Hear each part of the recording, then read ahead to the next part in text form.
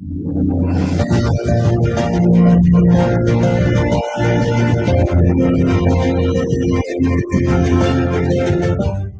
Excellency George Weah, President of Liberia. Our board noted that His Excellency's victory as the African Political Leader of the year 2023 is a testament to his contributions to promoting peace, African culture and development, youth and sports development, and advancing Africa's agenda globally. It is also a recognition of his critical role in the infrastructural and socio-economic development of his country, as well as his people-friendly policy. He has continued to advocate for peace and free and fair elections in the ECOWAS sub-region, and this was demonstrated by a show of statesmanship and iconic posturing by accepting electoral loss and congratulating the winner. While he arguably had options as a sitting president, he chose the path of honor, peace, and the defense of democracy. His emergence reaffirms our position that he has remained one of the continent's leading light, as he had continued to demonstrate great faith in the African project, promoting African dignity and helping to change the negative narratives about the continent.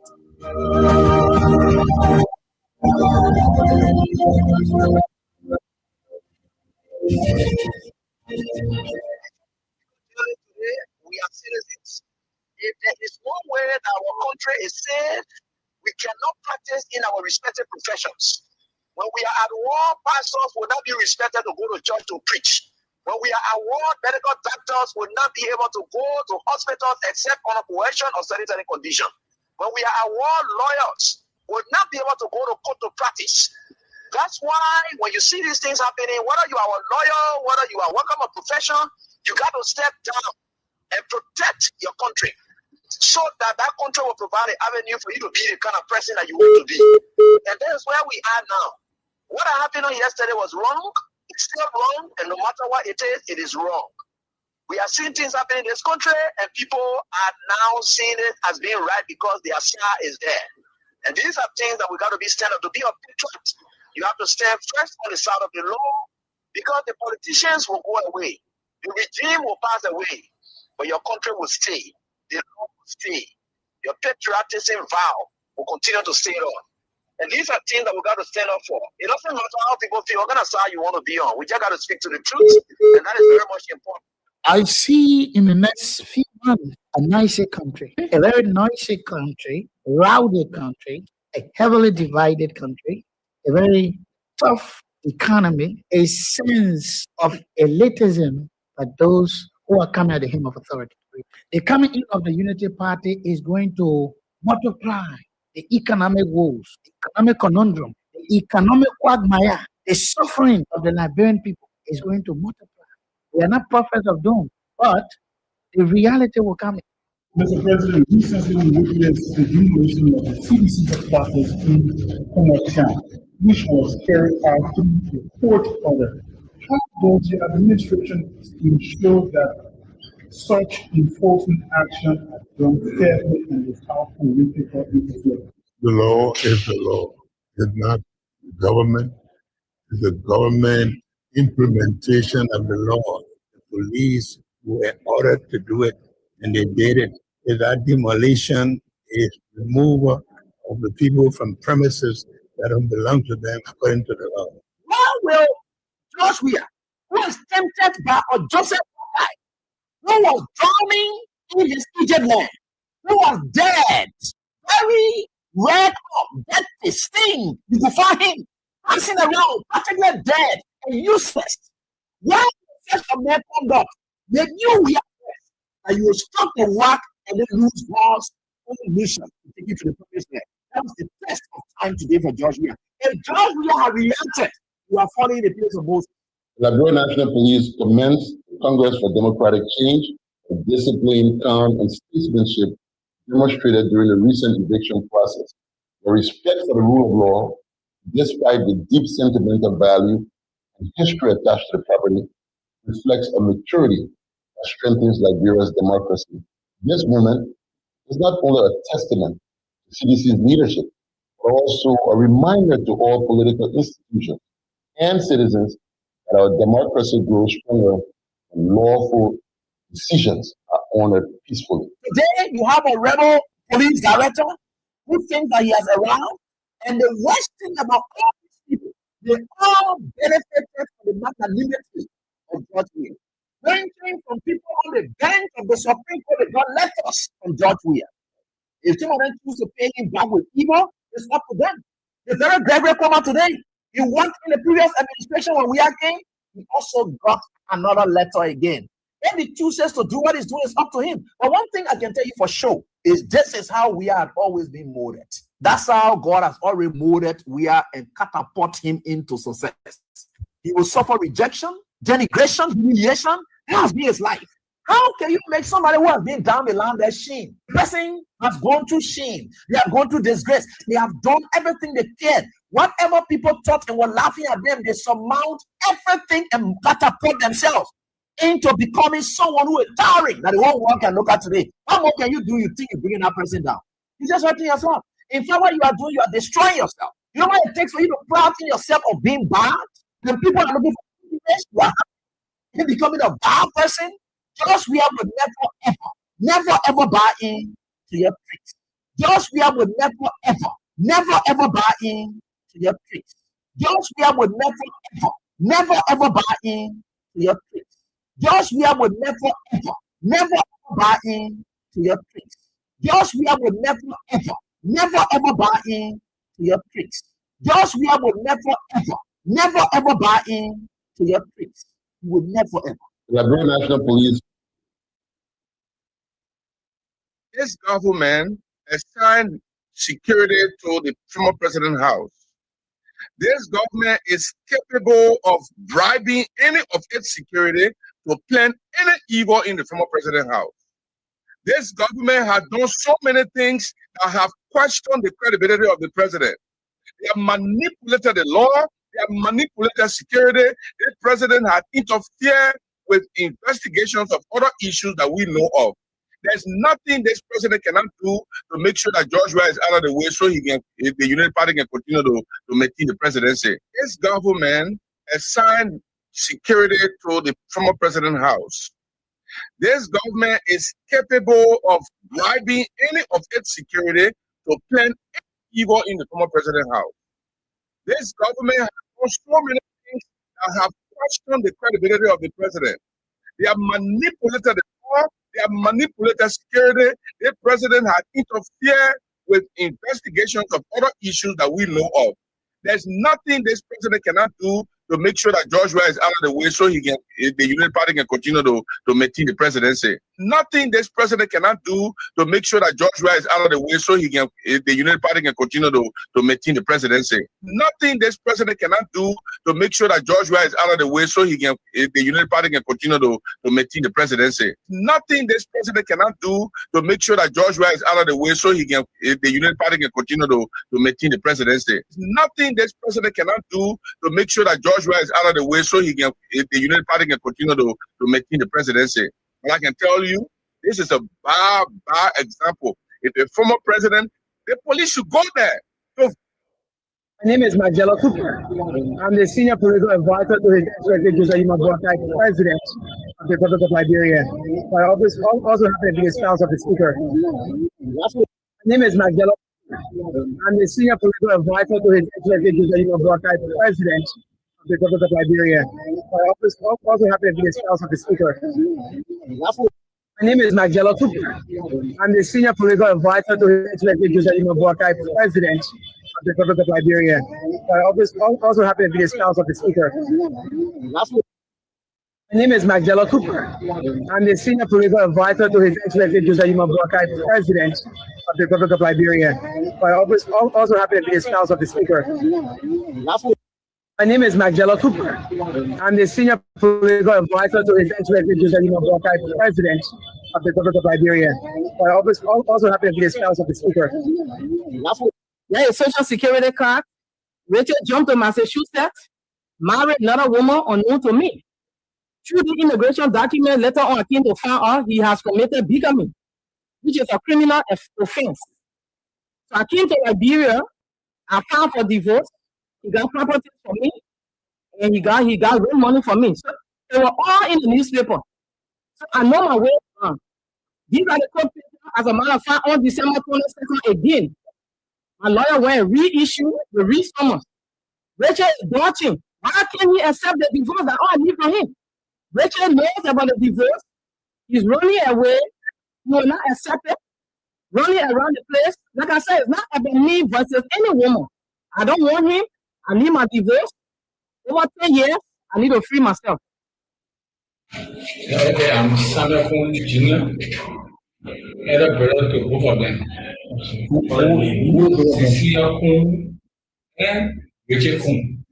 Sandra and Rachel, customer to the sister, the younger sister. Before we could become journalists today, we are citizens. If there is no way that our country is safe, we cannot practice in our respective professions. When we are at war, pastors will not be respected to go to church to preach. When we are at war, medical doctors will not be able to go to hospitals except on coercion or sanitary condition. When we are at war, lawyers will not be able to go to court to practice. That's why when you see these things happening, whether you are a lawyer, whether you are working on profession, you got to step down and protect your country. So that country will provide an avenue for you to be the kind of person that you want to be. And that's where we are now. What happened yesterday was wrong. It's still wrong. And no matter what it is wrong. We are seeing things happen in this country, and people are now seeing it as being right because their star is there. And these are things that we got to be stand up to be a patriot. You have to stand first on the side of the law, because the politicians will go away. The regime will pass away, but your country will stay. The law will stay. Your patriotism vow will continue to stay on. And these are things that we got to stand up for. It doesn't matter how people feel, you're going to side you want to be on. We just got to speak to the truth, and that is very much important.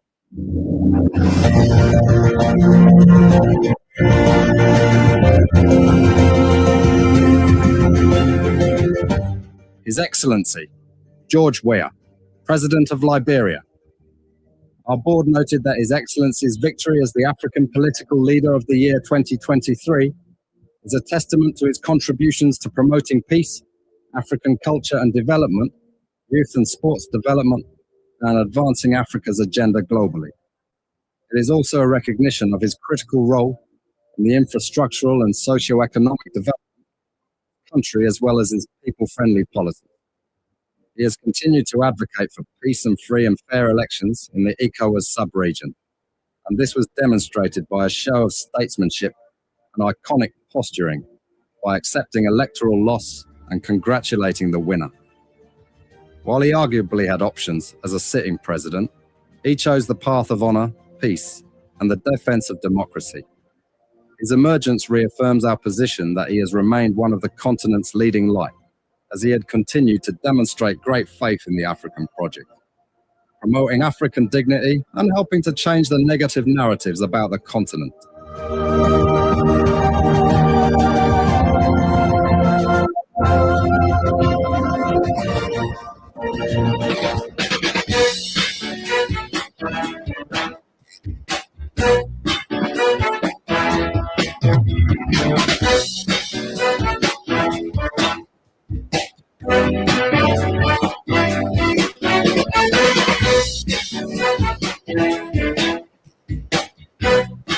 Good afternoon. Thank you so very much that you join us.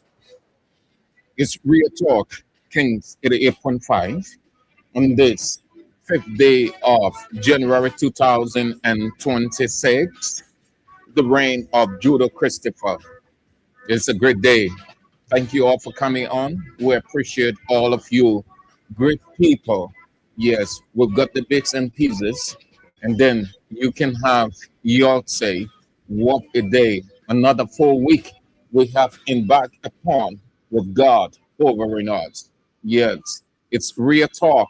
We go real, having nothing against nobody, but a patriotic responsibility, a nationalistic duty to get the society better, getting the government feet to the fire to do what is right, whether they like it or not.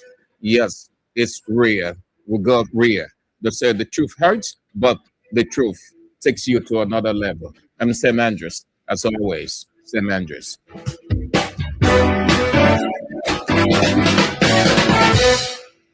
Grateful We are to God Almighty, the creator and sustainer of the universe, the God who kept watch over each and every one of us from last week and has brought us into this week. The God who is overing us again in a full week and is going to take us throughout this week and into the next week. He is the God who protects.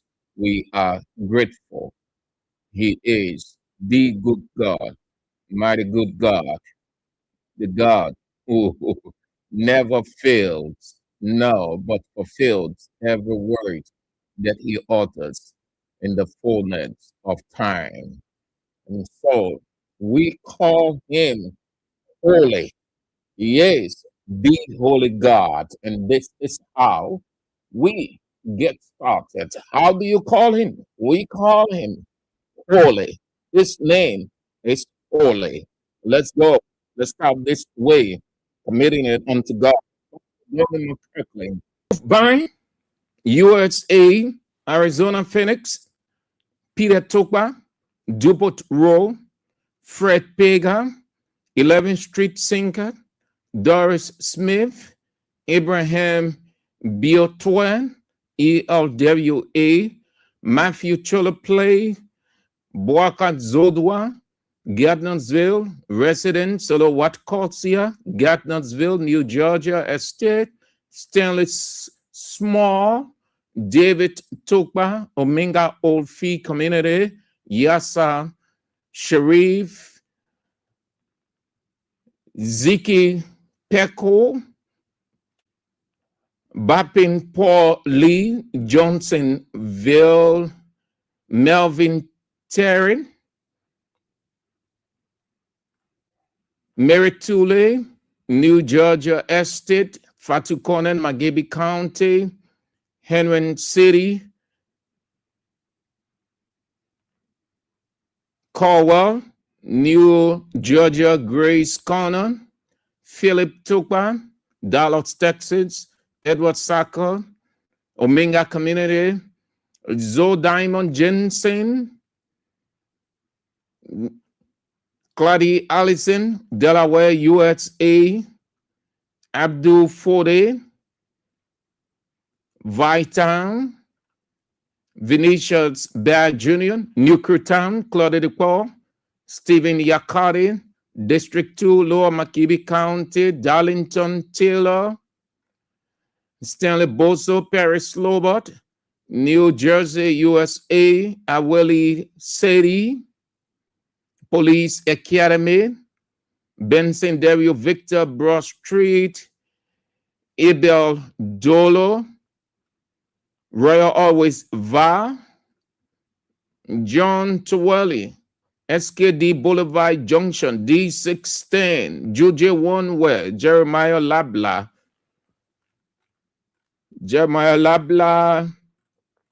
Orita Jikla,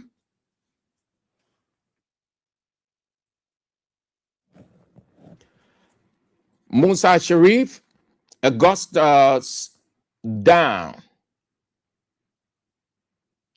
Benita Undebi, Sekou Donzo, Stanley Sharif, Australia. Sekou is following from Australia. Benita Johnsonville, Uptown. Orita Jikla. All right. Osman Saw, Galley Street Business Center. Juan Mamalu, the same place.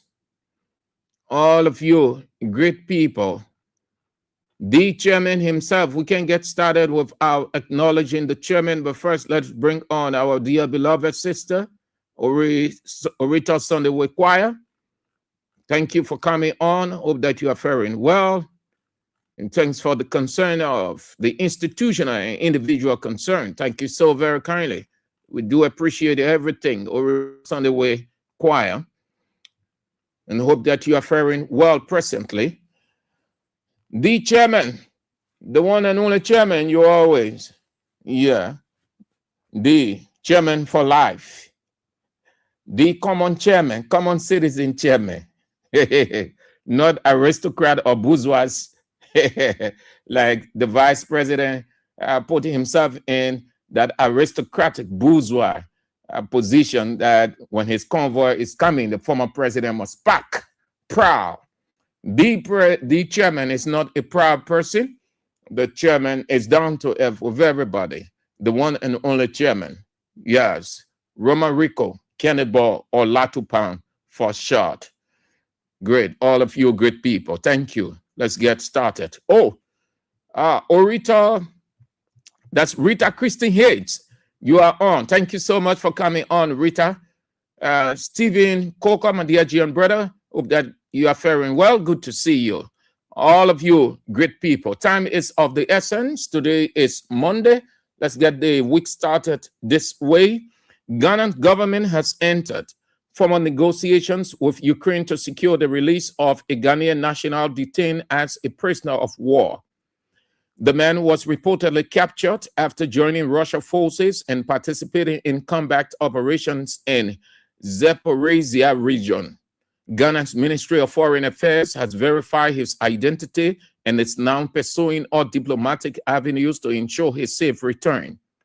This rare instance of an African national held as a POW, prisoner of war for short, in Russia-Ukraine conflict highlights complex issues of foreign recruitment, economic vulnerability, and the far-reaching impact of the war.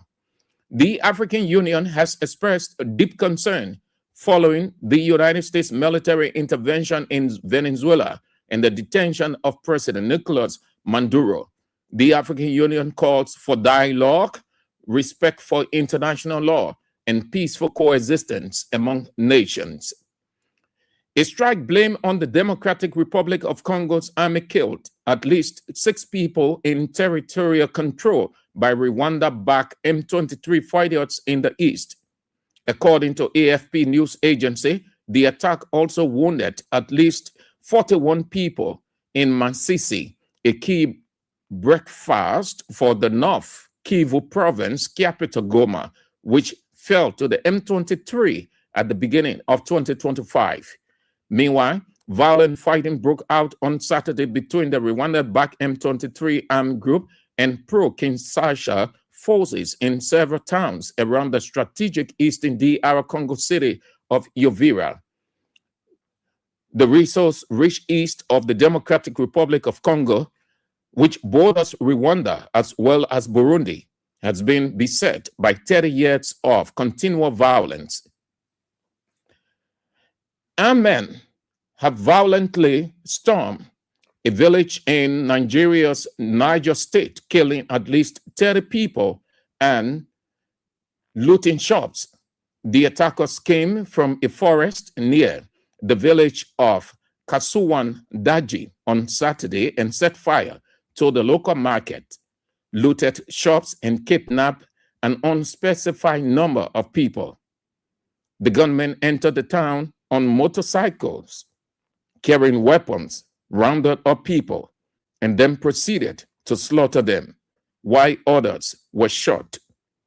Attack and kidnapping by armed criminals gangs, known as bandits, have been a problem in Nigeria for years, but reports in western and central regions have sparked recently. As you heard in the script of the African Union calling on the United States government to exercise caution after it took the president of Venezuela and his wife, who are undergoing trial, if the trial has not started, but due to face trial in U.S. court on today, with warnings to surrounding countries, particularly Cuba and Iran, of a similar thing if they continue to wreak terror, havoc, rule despotically, tyrannically by the U.S. government. Let's get a real understanding of one of those who is excited, motivated by the U.S. action. She is a lawyer by profession, and she, in her interview with the BBC, asked that her identity be not disclosed, but express how excited she is by United States President Donald Trump action in Venezuela. People are not going out right now to the streets because the situation is uncertain at the moment. It's not going to be an immediate comeback to the reality that we are used to live on, but people right now are focusing on getting food, medicines at the pharmacies, and so on. Also, oil stations are open. Gas stations, really. So people are refueling their cars and so on because the situation is uncertain. How do you feel about what's happened over the past 2 days? Well, I'm obviously very happy because Maduro is no longer the president of Venezuela. He was never the president, really. He claims to be the president, but he was an illegitimate president. I have to say that even though I am very happy because he's no longer in Venezuela, we are not free yet because Maduro's allies and friends still remain in power. So we fully rely on the Trump administration to continue on the transition on their own terms. And by their own terms, I mean the American administration terms, which is why we are very hopeful right now. So you want the Americans to run Venezuela then? Yes, that's the expectation because Maduro's allies are criminals. And they are always lying to the Venezuelan people. So we want the control to get back to a normal country. And the only ones who can help us right now are the Americans. So would you like to see an American come into the country as head of state? Would you like to see more American military personnel come in then to overthrow the regime completely? Yes, that will be great. Isn't there a risk of great bloodshed in the country, of maybe a full-scale war? I don't think so, because the Americans have been very clear that they don't want a war with Venezuela. They just don't want Venezuela to be a national threat to the United States of America, and that threat translates into Maduro's friends and allies, which is a very few people. It's just a very small group that has taken power in Venezuela, but Venezuelans do not necessarily identify with their politics or the way they do things while running the country. So I don't think that the Americans coming into Venezuela would necessarily translate into a conflict as a war as we know it. It's really unclear what's going to happen. The Americans aren't giving a huge amount of information, if indeed they do have a plan. What are your feelings? What are you saying to your friends? What are they saying to you about it? You know, when Chavez died 13 years ago or so, we thought at that time that we were finally free. But we weren't. We then had to deal with Maduro for the next 13 years or so. I think this is what we're feeling right now. We certainly got out of Maduro, but now we have Delcy. And she's not a moderate person. She's one of Maduro's allies. So we are kind of thinking that we are reliving the same situation over and over. And what, at the end, Venezuelans, we don't want to lead anymore with these people. We want free elections. We want to work. We want to have make money. We want to live in peace and freely. What has life been like in recent years under the government of Nicolas Maduro? Well, it has been very tough and difficult, especially for the economical situation. Just for you to know, I am a lawyer. I work a lot. And even though I work a lot, I don't have a stable financial situation, which means I can't afford a new car. I can't afford a new apartment. I can't travel outside the country because it's nearly impossible to have access to plane tickets because they're so expensive, and the inflation and the devaluation of the Bolivar makes it impossible or nearly impossible to access to basic needs such as food or medicine or even clothing. So it's really difficult to live here in Venezuela as the situation, it has gotten worse and worse over the years. So we expect that the situation comes to a better ending with the whole situation and the whole capture of Maduro and so on. Millions upon millions of Venezuelans have left the country in recent years precisely because of the reasons you've just been outlining there. Why did you decide to stay? Because my family is here. Well, not my whole family, because many of my family members are outside of Venezuela, but my mom is here, my father is here, I also have 3 dogs. And also I feel that I have put so much effort on my career, and it will feel unfair to waste my talent somewhere else where they don't want me, you know? So that's why I chose to stay here in Venezuela, because I love my country. Even though it's very difficult to live here, there are so many other great things. Venezuelan lawyer who spoke to the BBC on anonymity, and she couldn't express her excitement more of the capture of Maduro and his wife than you heard her say. Pathetic, terrible for her as a lawyer. Cannot afford a car, cannot afford an apartment for herself, cannot get out of the country because everything under Maduro was so expensive. So what she was simply saying, that life was unbearable for most of them. Imagine, as a lawyer, she couldn't afford a car for herself. She couldn't afford an apartment on her own. She then imagine shuttling from how she managed from court to court, and she couldn't get out of the country. Terrible. What the situation in Venezuela, as well as others in that Latin America's region, is complex. Some people are outrightly condemning the move by the United States government. Even some American analysts, as we listen to, are concerned about the aftermath. And they take the cue from 9/11, what happened when terrorists retaliated, that led to the September 9/11 situation. One of their generals, I think Ben Hodges, Ben Hodges was on the air explaining, a former United States retired general, gave an insightful historical backdrop about a situation like this. Others think that, yes, the move was necessary, given how Maduro kept the people in modern day slavery, subjected them to inhuman treatment. And if same continue, or like Donald Trump said, if Iran to continue to defy or suppress public dissent, killing protesters and more, they would move in.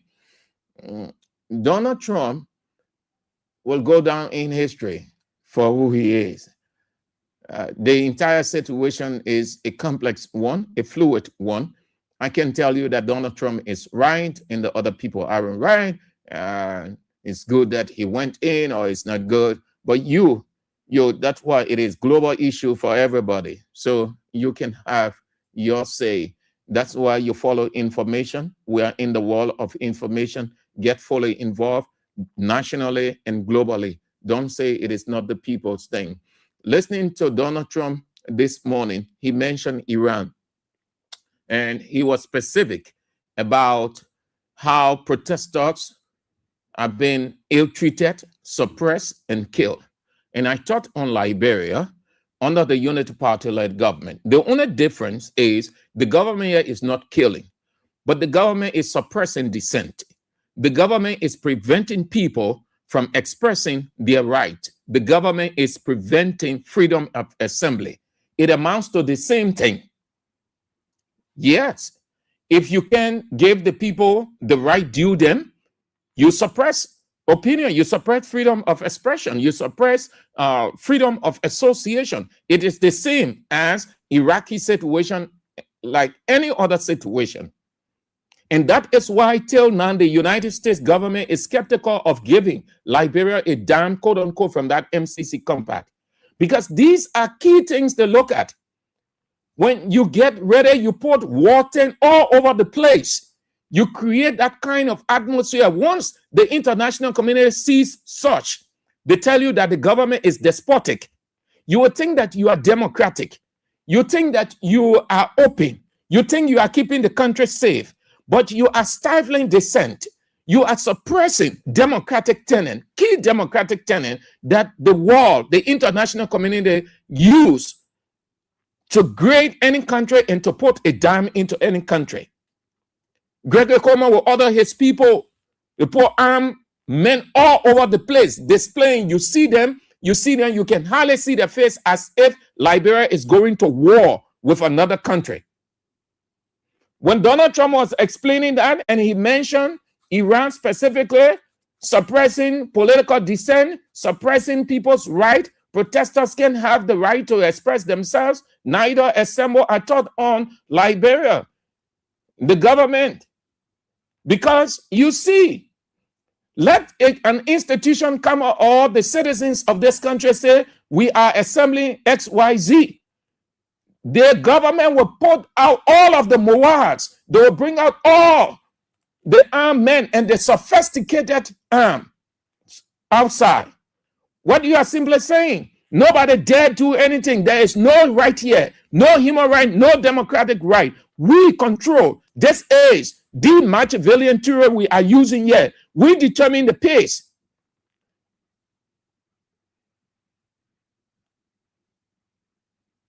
You don't suppress people's right.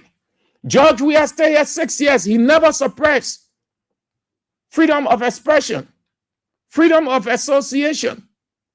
People were protected. When you use the police, when you use armed men to suppress freedom of association, threaten dissent, it is dictatorial. It is the same as what is unfolding that Donald Trump will reference. Donald Trump say the protesters are being killed. Meaning, when the people come outside to protest, the Iraqi government will open fire on them. The only difference between the Iraqi government and the Unity Party government, the Unity Party government is not killing, but it is suppressing dissent, preventing the people from exercising their democratic right. Until now, that is why the United States government is skeptical of giving Liberia that money. That MCC thing is they're still looking at it. They're not too sure because they're looking at some key government faults within the Unity Party government.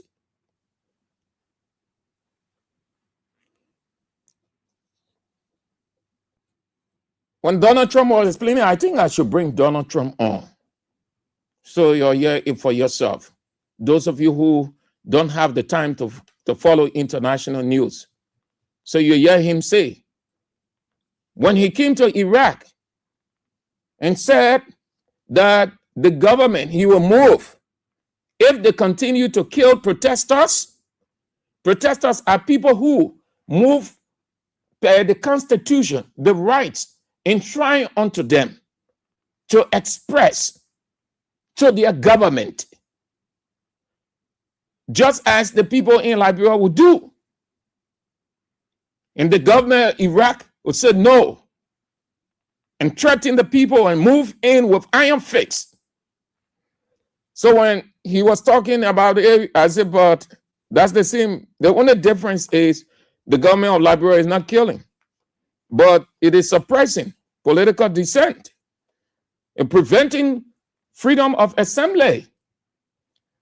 It is stifling free speech, creating an intimidatory atmosphere.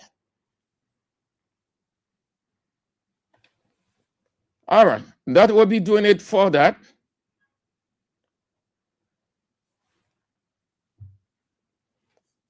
Former President Weah, the content. We talk some of the developments unfolding out of Liberia with emphasis on the Venezuela situation. We We'll bring you update of the trial if it hasn't started or if it is on the way. Former President George Weah being the content, the political landscape in Liberia. We'll talk about that vis-a-vis defection, and that will be doing it. So Manchester United has sacked their coach, Ruben Amorim. All right. And then his 14th month as manager of the club. He led the club to a European League final. They secured some positive moments, but the club finds itself in the 6th position in the EPL or English Premier League, winning just 3 of their 11 games. And that prompted the board to get into an ad hoc or emergency meeting. And there they took that drastic action to move on without this man being in charge. He was signed on to rebuild Manchester United when he took over in 2024, but struggled to find consistency. Yeah. And he did well. He did well. One of the decisions that led to his downfall, to let go Marcus Rashford. Yeah. The two of them could not pull, I think, over the time they had the ups and downs. So I know Marcus Rashford, when he heard the news, anyway, that's it. And then Chelsea too, I think I heard that Chelsea parted with their coach. Since Chelsea beat Barcelona with the help of the referee giving red card, they've never won any game, never.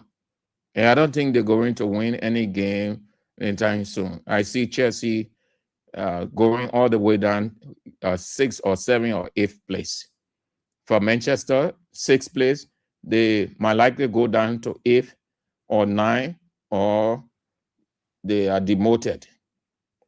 All right, so that's it.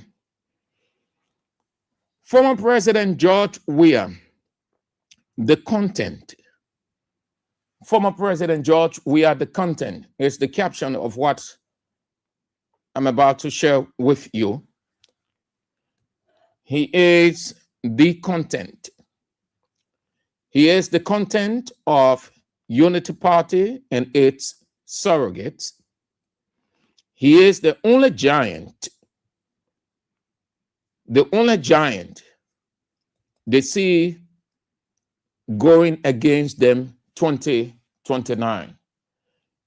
Unity Party doesn't see the rest of the people as giants.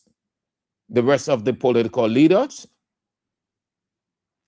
you know how the Unity Party chairman, Pastor Luther Tapper, referred to the rest of the political parties as helping verb. He did not refer to CDC as helping verb because he knows the weight of CDC. They see George Weah as the only giant going into 2029. They think they are smart enough to use him as a distraction from their development negligence and failure. If you will look at the atmosphere keenly, everything that is being said by Unity Party and surrogates of Unity Party is not necessarily that they are strong. No, it is a smart game, but they are not smart enough to play that game. That game is called the mind game. The political game is not working. Unity Party political game is not working because all the people going against Weah was at his feet for 6 years. All of the people who are going against George Weah, they were at George Weah's feet for 6 years. They bowed to George Weah. They sat on the same table with George Weah. They made proposals to George Weah.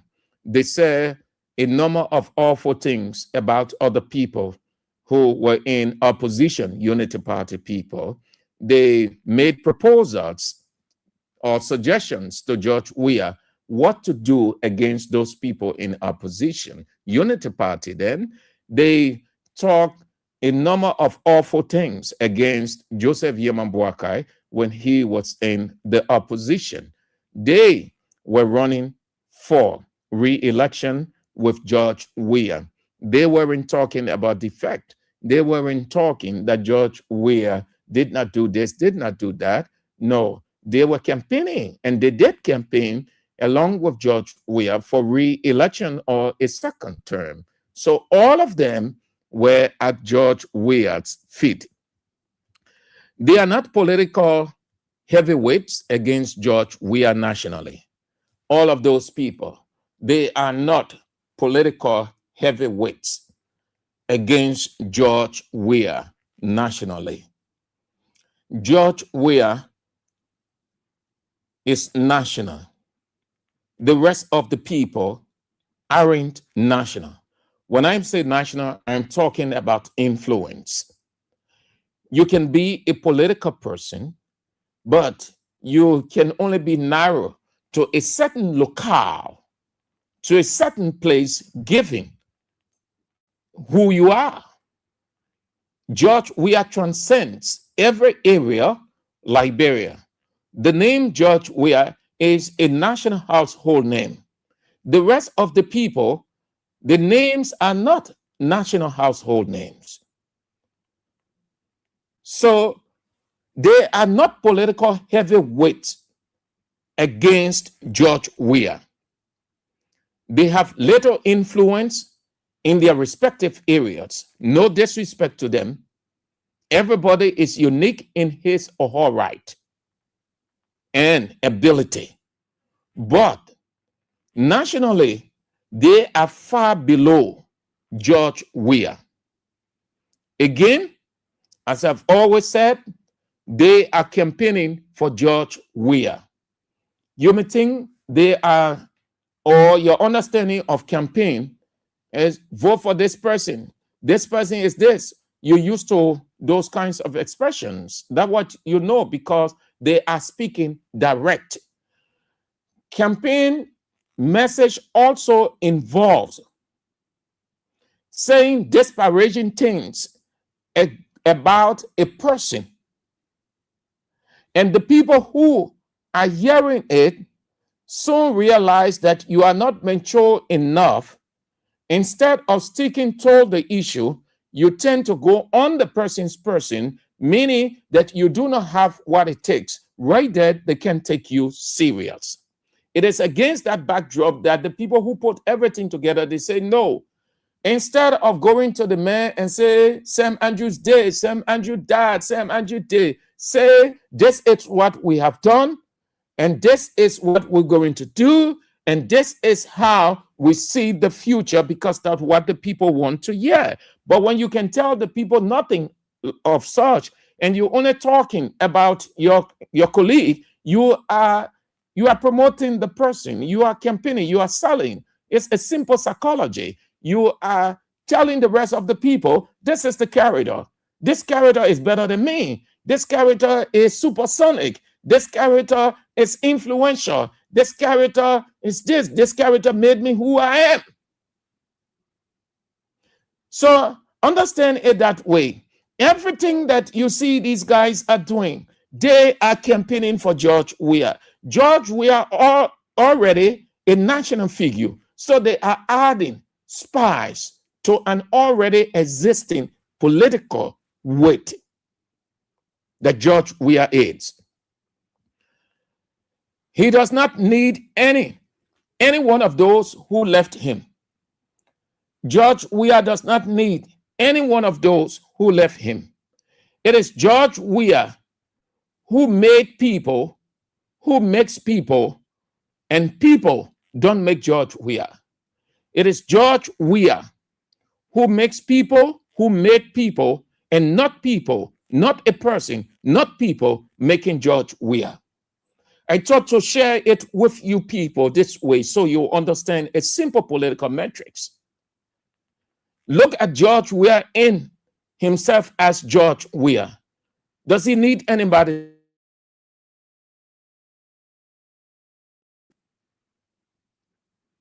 And George Weah used his growth, his maturity, his exposure to make people who were already big enough, people who were far younger, older than him in age, by giving them life, by exposing them, by creating a scene by which they could see the essence and value and relevance of life. Something that for years they existed on Liberia's earth, but they did not have. Neither did they ever think that they were going to have such. I am saying this to let all of you know that everything that is unfolding, working for Weah's good. Some of you get jitter and think that they have bearing on George Weah. They do not have bearing on George Weah. This is a scientific, a political scientific explanation I'm sharing with you of reality. All of those defects, all of what you hear people say, they have no bearing whatsoever. Nothing negative on George Weah. They have nothing of damping Weah chance or chances 2029. No. What you've heard over the time and still hear, and you will continue to hear, it will get even interesting getting closer into 2029, is a distraction. But they do not know how to create a distraction. And here is the side effect of their quote-unquote distraction by these people going around. Here is it. It's too early for that. The timing. They have to put on good political timing. This can work with just 2 or a year too. You got 4 years. Go all over the place and say, George Weah is this, George Weah wasn't that, George Weah did this, George Weah should have done that. It will have no bearing. The reason it will have no bearing because the people have 4 years to sit and think and analyze. If it was a year or 2 or a year, then you say, yes, the people will not have time to really look at it and try to give it the kind of analysis and try to make a position. Moreover, they are not new people.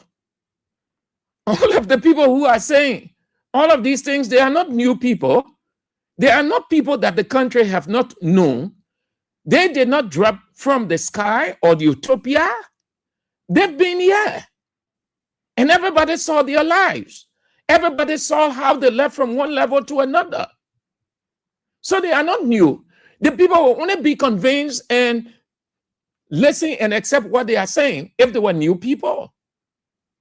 But they are the same people. It's just the same group revolving, going around. Those who are advising them, they are not advising them right. But it's good because politically, everything is working for Weah's good. It doesn't make sense. It doesn't make sense in no given way to just go around labasting, saying all kinds of things. We are this, we are not that, we are this, we are this, we are the, and I would never, all those things are just immaturity to the core. If a person comes up, you work with a person, you work with George Weah for 6 years, and you come and say, I will never support George Weah. Isn't that tiny mentally? Isn't that elementary? What is the substance of reasoning in that? If the person have been pursuing you all of those times, giving your ability, giving your influence, how connected you are, then it will make sense. But you being in it, you being there. If you were not with George Weah, and you say, and George Weah is telling you that I need you, or using people to talk to you to come on his side, then it makes sense. But you being with George Weah, you were there for 6 years, and it is your right. There is no law that binds a person to a person, that binds a person to an institution, that binds a person to a marriage, that binds a person to a football club or anything in the world. There is no law. Defection is normal. Why it is normal? Because you cannot force a person to be at a place or with a person that he feels the contract is over or just don't want to be. And it is supernatural as well as natural. Judas left Paul, left Jesus. Peter left Jesus. Demas left Paul. And on we can go. When they saw it right, they left. What is it's so mentally bad off is saying awful things to a culture that knows you very well, or knows everybody very well. So the message won't resonate. That is why everybody who is saying that George Weah this, George Weah didn't do this, George Weah government was this, George Weah government was that, they think the message is resonating. The message isn't resonating because they are sounding like broken record. And it is not going to help Joseph Yuma Boakai and Unity Party either. Because this culture of ours is not an enlightened culture. We're striving to turn it into an enlightened culture. Please look around. Put on your lenses. Do a careful observation and put all of your societal stuff on the table and analyze them. You come to the realization that this culture isn't an enlightened culture. We're striving. So when you think you are saying something negative of a person, not very many people want to listen to you. Because the people are tired with such thing if you call it a news, and that is not a news because they don't want to hear anything of such. It only favors and sounds sweet in the ears of Unity Party people, but it doesn't resonate with the general public or with the public. Not at all. It does not. And you people who are in this, you need to stop it. That is why our culture is so petty, so tiny. You don't see maturity in our political culture. You don't see any reference point that people can look at and say, oh, this person here is a seasoned politician, a seasoned Liberian politician. We can model our political life after this person. We can use this person as our role model. Everybody in this political space, look at it. Once you can come out to denigrate the man, you can come out to say awful things against the woman, then you are a seasoned politician. You stop gallivanting all over the place and saying all of those things. George Weah is the content of substance. Meaning, if they don't talk, if they don't mention the name George Weah, they have come to the realization if they don't mention the name George Weah, they will not have attention. So everywhere they go, they talk George Weah. Lastly, if we are not careful, this kind of politics will plunge this country into something unprecedented.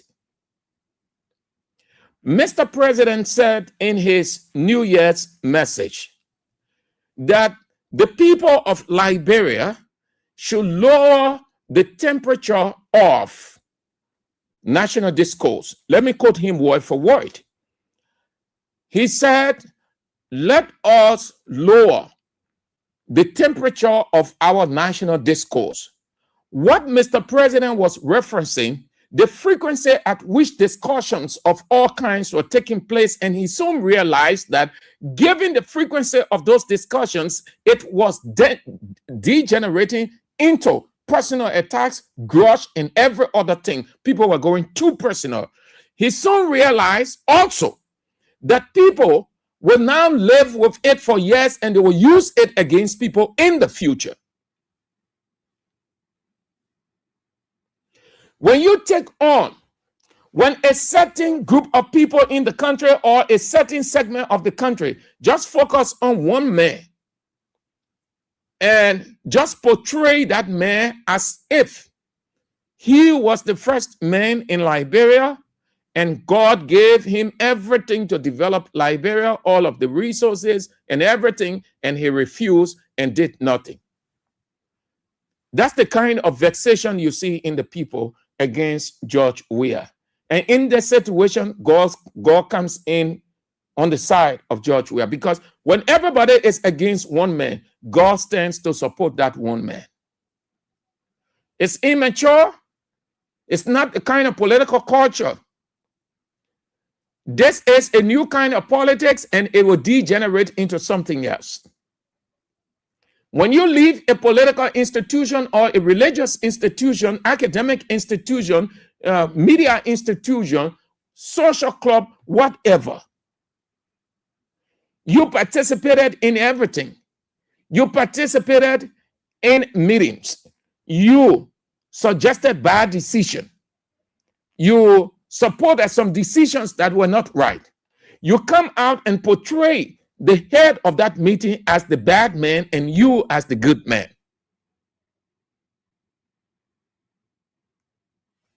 It's wrong. We have to stop that.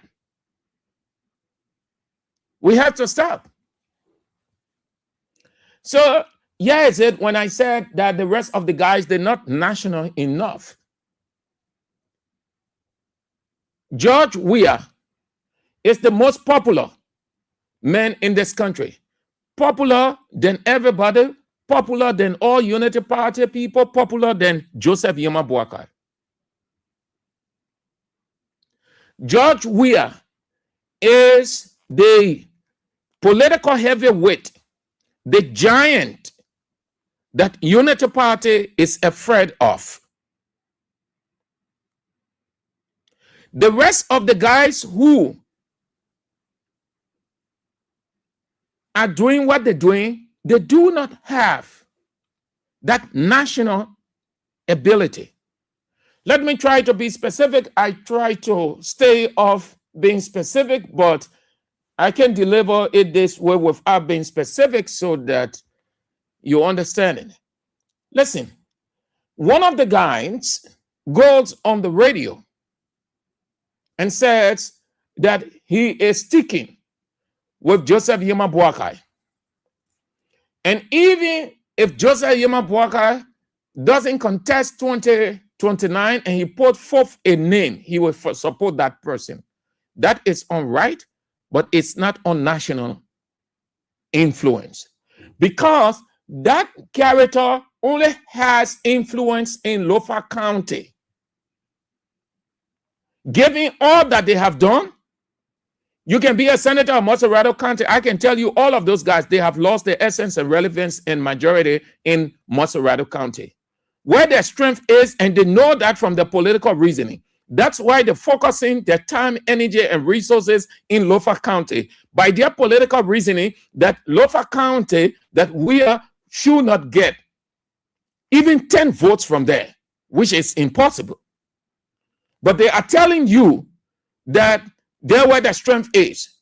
Have elections today. Have representative and senatorial election in Maserado and other places where these guys think they have their influence. And let NEC tell you the result. If you hear 10, 15, and the rest of the guys overwhelming, never believe me. These guys have made it hard for themselves. Not the right way to go, but they think they are smart, but they are not smart at all. Their influence is limited. They are restricted. They are restricted. They are not beyond borders. George Weah is beyond borders. They are not beyond borders. George Weah is beyond borders. Take it or leave it. Let's have this break, please. Let's get something straight up and make very, very quick adjustment. Then we continue. Thank you very much, Bernie Spear.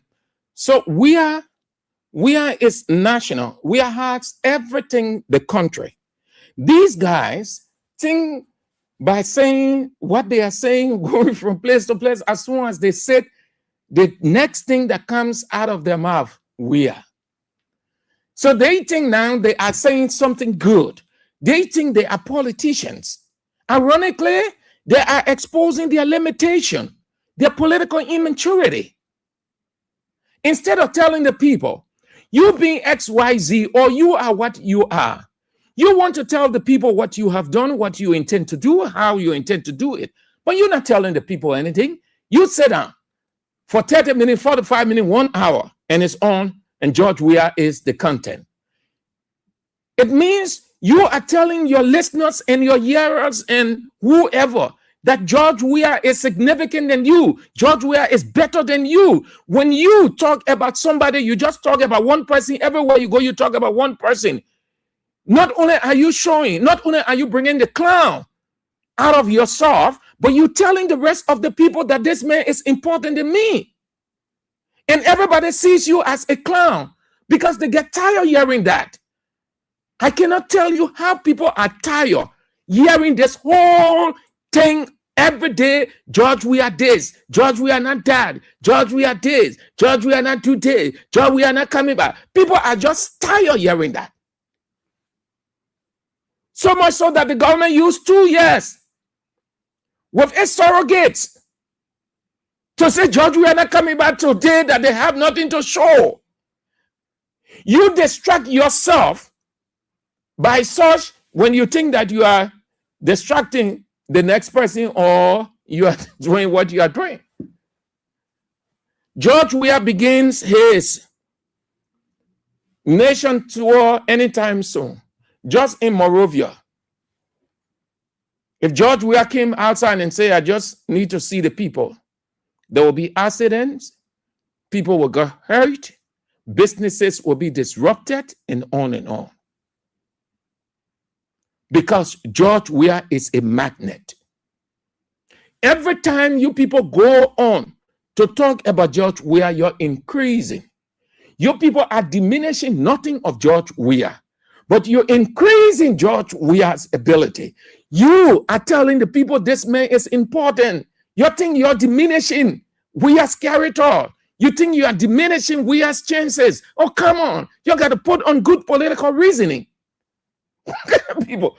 Now, when I tell you people that our culture, we don't have politicians, you don't think that I'm just being dismissive of people here. But these are things that we refer to. Look at seasoned politicians. We have no time to just be talking about your colleagues.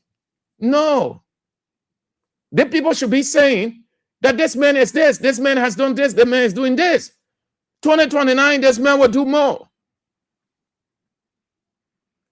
You go in Lofa County, make fun of Joseph Yuma Boaga as president. Me, St. Andrews, in that capacity as president, I can never do that. To go and dedicate headquarters. We stay far from campaign here. Then call me as president to go dedicate headquarters national movement in favor of Joseph Yuma Boaga. No reason why they were carrying him to open faucet, to dedicate hand pumps. That the people he has around him visionless. So George Weah is the character, people, the content. Good content, positive content. They know that they can maintain their fame without George Weah, without talking about George Weah. They can maintain anything about themselves. Now, if 2029 was yesterday, I can tell you, these guys will regret it. They will have 0 vote because the people have resolved. Take it for a job. If people would think that defection can help them, it's only in the European and American culture, because those are enlightened, informed culture. But not this one. This culture, the more you hang on one man, you are losing your chance or chances of any election. That will take me into the political culture, political defection. Then we move. Not strange. No, it is not strange at all. Not strange. It is the normal of a greedy, gullible, and integrity sold out Liberian culture. Did you get what I said? That it is not strange. Defection. Defection means you leave political party, or you leave religious institution, or you leave media institution, or you leave whatever. That's what they call defection. But the emphasis here is on our political culture.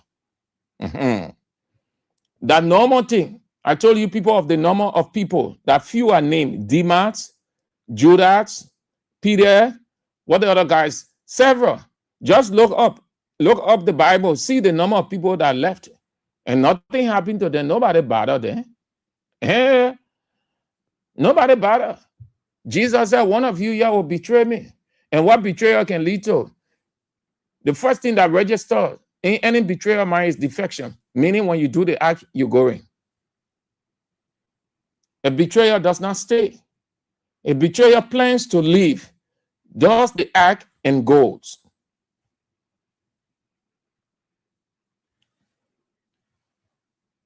We saw it with the other people, plenty. Demands. Demands was with Paul. All those years, Paul trusted him just as we are trusted people. When the time came, Demas packed a bag and said he was leaving. Paul did not have a problem with it. It did not break Paul's ministry. Rather, Paul was strengthened by Demas' departure. Look it up. Paul was strengthened by Demas' departure.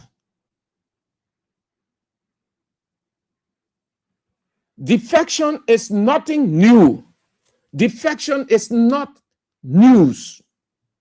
Defection is right.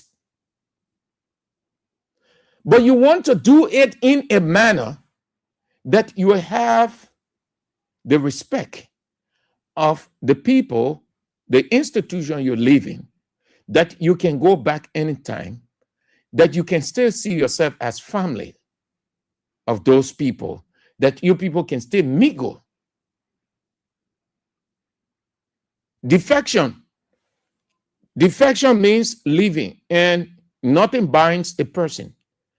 But the way